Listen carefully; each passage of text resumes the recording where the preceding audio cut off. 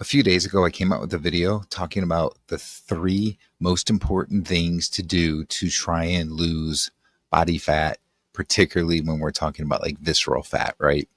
And there's another thing that's pretty powerful that I did not include in those three, mostly because a lot of people that are getting started on the carnivore diet are going to kind of struggle with doing this. This is a bit hard to do at the beginning with going on carnivore.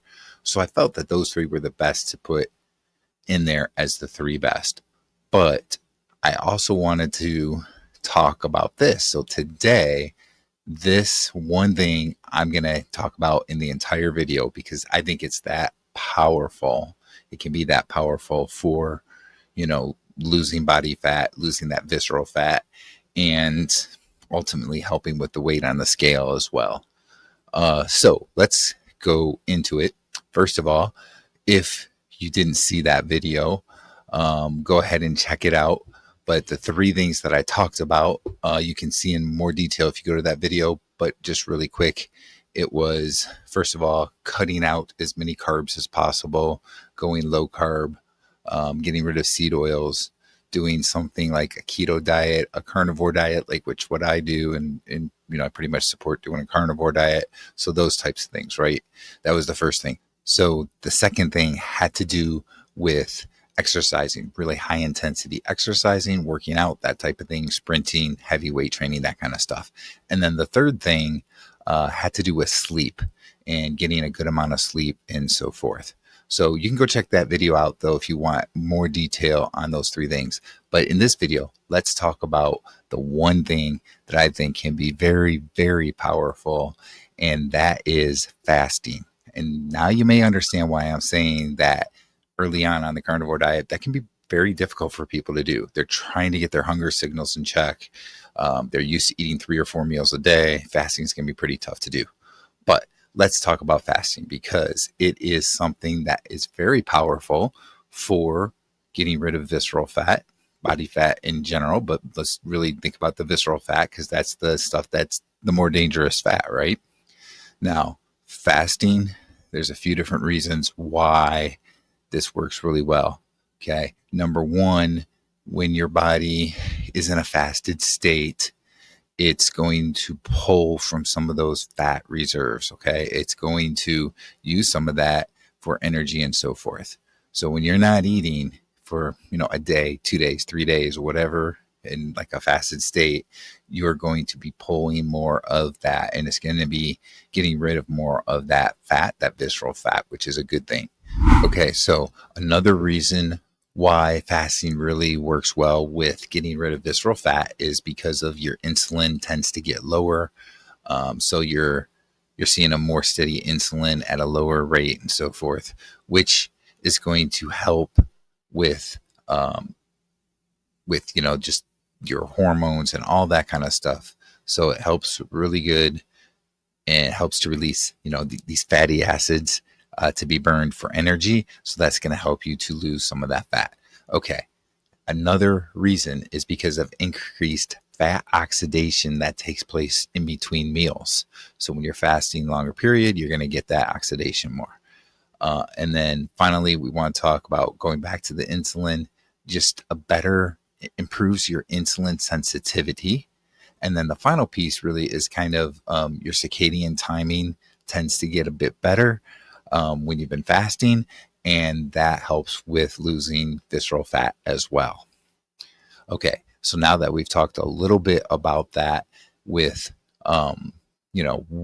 what helps with it, let's talk a little bit of how you should really try and fast.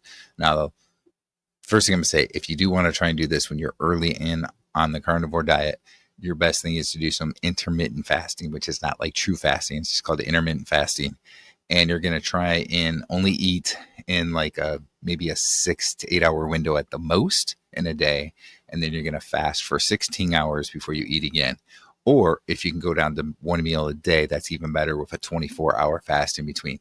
That's at least intermittent fasting, and that's going to help a pretty good deal too.